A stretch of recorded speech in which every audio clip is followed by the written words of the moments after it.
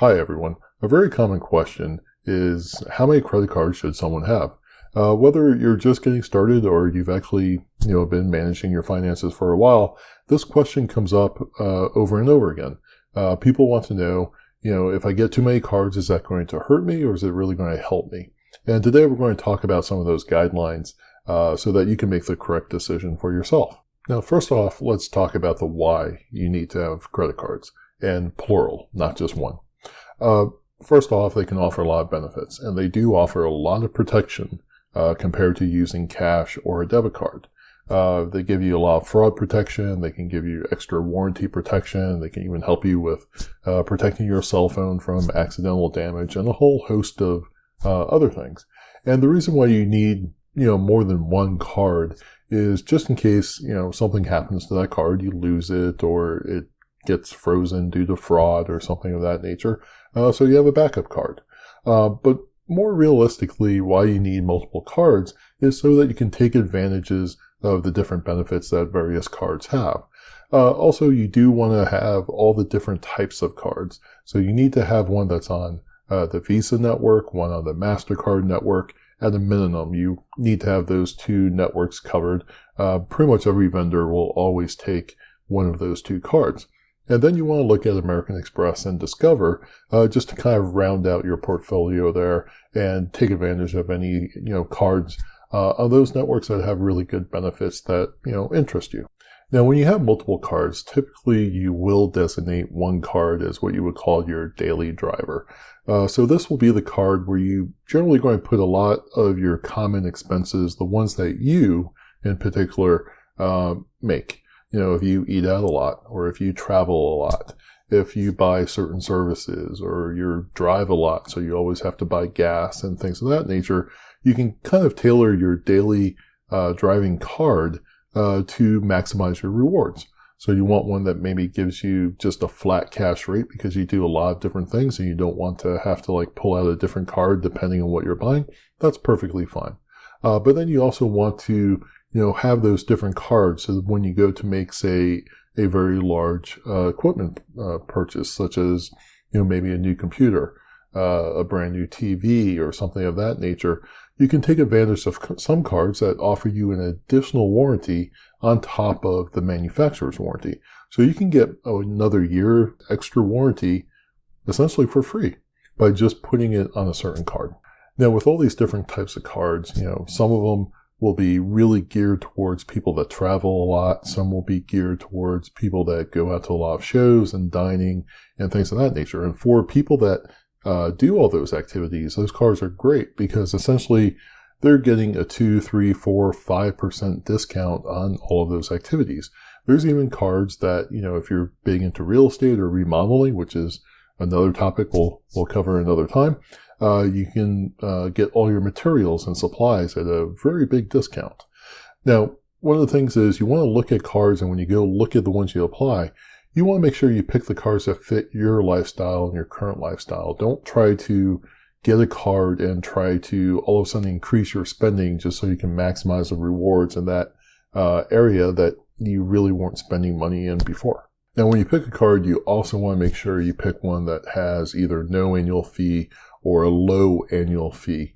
And if there's an annual fee, you want to make sure that the rewards that you expect to get from that card at the expected amount that you're going to spend every year will actually justify that fee. And depending on the card, that could be very easy to do. For example, a lot of travel cards will give you TSA PreCheck or even global entry as part of the membership fee.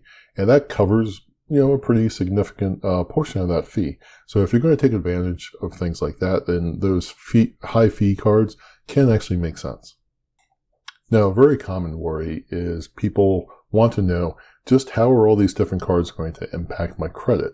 And in general, having multiple cards is actually a net positive to your credit. You would have to have a very large number of cards before it becomes a negative hit to your credit. The main way having a large number of credit cards would hurt you would just be if you didn't manage them well.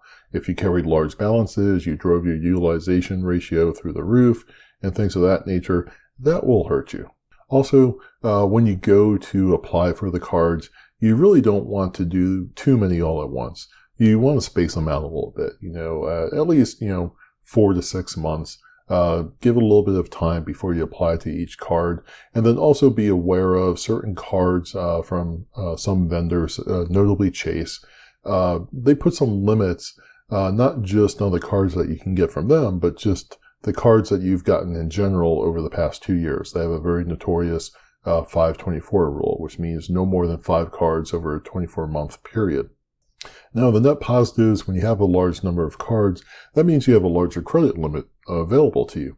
So when you do make a purchase and it reports on your credit score, or on your credit report, your utilization ratio will be lower since your overall credit limit is higher. So this gives you a lot more buffer. So when you make a large purchase and you let it hit your credit report, just so that you can make the most out of your credit score by doing the all zero but one method or something of that nature, it's not going to hurt you that much.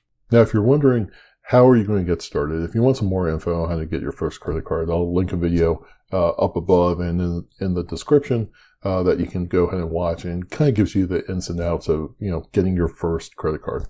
Now, when should you actually stop getting credit cards? Once you have your actual base of credit cards that meets your typical spending needs, where you can maximize the bulk of your rewards, really there's not too much of a limit as to when you should stop, but there are some things that you should consider. Many people constantly like getting new credit cards so they can keep getting sign-up bonuses, which can be very, very valuable. You can get a lot of cash back, you can get a lot of travel points and things of that nature, and that's very worthwhile. So that's why you kind of want to get more and more cards as time goes on. Now, one of the things about, everything that we're talking about here is ensuring that you are responsible with your credit cards. You're not carrying a large balance. You're not paying a lot of interest every month. Now, sometimes you are going to carry a balance. You had to make a large purchase. It was an emergency, but then you can quickly pay it down. Or perhaps there was a special where it was like 0% interest for an intro period on a credit card. That's fine to carry a balance because you can have that money invested elsewhere and making interest for yourself instead of paying that interest. So if you want some more information on interest and really how that matters, here's another video linked above and in the description that you can watch.